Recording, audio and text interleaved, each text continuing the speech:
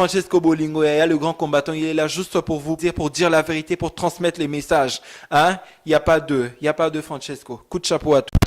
En tout cas, merci vraiment la Francis, c'est plus que Bolingo. La façon où Bundilambo Kanayo, vraiment tu es un patriote. Merci à toi Francisco Bolingo Yaya, les grands combattants. Sans yo, image et mon en atteint. Avant le 19, boyo bake ebele bakomi kokima na Congo. Bakimi sina bana na bango. Po bandeko na biso bakufa. Ya bango babika. Alors bon la vigilant. Bon la très vigilant. Oyoki ke mutu moko yoki na bana kuna. Yebela ye.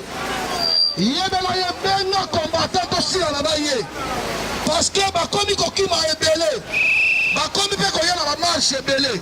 Soki oyoki kaka Kingani ya Kabila asia yaki kobanga tie topesa na ba numéro na biso topesa naka. On est là pour la patrie. On est patriote, on est résistant, combattant. Combattant azamuto mawate.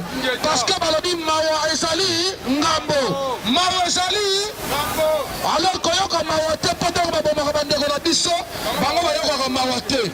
Ce qu'il s'agit de finga bêtise, finga ye parce que bango tant baboma bayoka soni. Namuto fingi namuto boni, nani aleki? Oh boni. Alors nga soki na fingi ba inanga pona. Alors ma maman si tout bino tozo ko batela bino makasi parce que bino ba maman bino mutu ozali bosala ka mokini. Mama azako bota. Maman azako bota. Pona nini maman amemaka biso 9 mois na libumu na ye, bo maltraité ye. Ezalaka te. Mais pona ba maman oyo bazali ba traître, lokola ba tchala mwana, lokola ba lor mbongo. Biso nyonso kitokosila na bango le 19. Tokokata bango bakingo. Balobi zéro pandi. Balobi boyo balisusu pona ba musicien. Nga naza musicien, nga bako exemple. Naza musicien. Ba musicien bazaka na biso na poto ba manifestaka na biso. Il n'y a pas de problème. Mais oyo koruta na Kisasa, oyo ko défier biso tokosila na ye. Ingeta. Ongai ba sentiment pa pa ongai eritufi. Ongai jibefuni. Ongai soki wera. Oyo ko ya bosila na ye bona na sentiment te. Ingeta. Ingeta.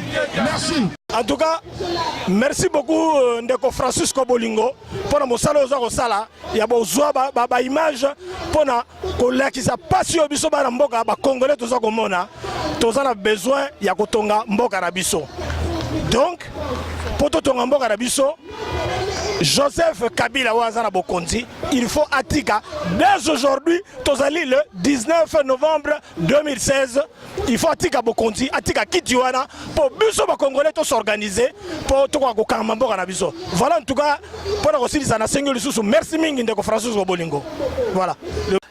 Bana Congo eza pasi kozanga Francisco Bolingo eza pasi ya Bolingo tikala kaka umela pona RDC Francisco Bolingo mais moi biso ikolo toleka ingeta Francisco plus que Bolingo ozo sana Congo vraiment nzambe akopesa yo akorépondre yo